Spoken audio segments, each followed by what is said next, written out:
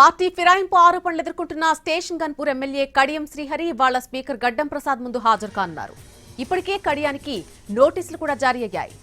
ఉదయం 11 గంటలకు స్పీకర్ ఛాంబర్లో విచారణ జరగనుంది. కడియం శ్రీహరిపై బీఆర్ఎస్ నుంచి ఎమ్మెల్యే కేపీ వివేకానంద అనర్హత పిటిషన్ దాఖలు చేశారు. ఈ రోజు జరిగే విచారణలో పిటిషనర్ తరపున ఎవిడెన్స్ తీసుకోవాలని స్పీకర్ భావించారు. అందుకే కేపీ వివేకానంద గౌడ్ వాదనలో స్పీకర్ నమోదు చేయబోతున్నారు. స్పీకర్ ఛాంబర్లో విచారణకు కడియం శ్రీహరి తరపు అడ్వకేట్, వివేకానంద తరపున అడ్వకేట్లు హాజరు కానున్నారు. కడియం శ్రీహరి గతంలో స్పీకర్ నోటీసులను స్వీకరించి రిప్లై కూడా ఇచ్చారు.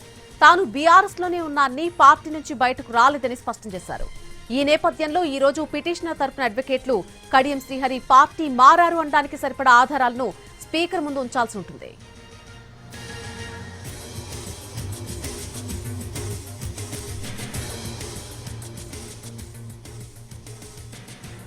పార్టీ ఫిరాయింపు ఆరోపణలు ఎదుర్కొంటున్న స్టేషన్ గన్పూర్ ఎమ్మెల్యే కడియం శ్రీహరి ఇవాళ స్పీకర్ గడ్డం ప్రసాద్ ముందు మరి కాసేపట్లోనే హాజరు కానున్నారు. ఇప్పటికే కడియంకు నోటీసులు కూడా జారీ చేశారు. ఉదయం 11 గంటలకు స్పీకర్ ఛాంబర్లో విచారణ జరగబోతోంది. కడియం శ్రీహరిపై బీఆర్ఎస్ నుంచి ఎమ్మెల్యే కేపీ వివేకానంద అనర్హత పిటిషన్ దాఖలు చేశారు. ఈ రోజు జరిగేటువంటి విచారణలో పిటిషనర్ తరపున ఎవిడెన్స్ తీసుకోవాలని స్పీకర్ భావించారు. అందుకే కేపీ వివేకానంద గౌడ్ వాదనలను స్పీకర్ నమోదు చేయనున్నారు. స్పీకర్ ఛాంబర్లో విచారణకు కడియం శ్రీహరి తరపు అడ్వకేట్, వివేకానంద తరపున అడ్వకేట్లు హాజరు కానున్నారు. కడియం శ్రీహరి గతంలో స్పీకర్ నోటీసులు స్వీకరించి రిప్లై కూడా ఇచ్చారు.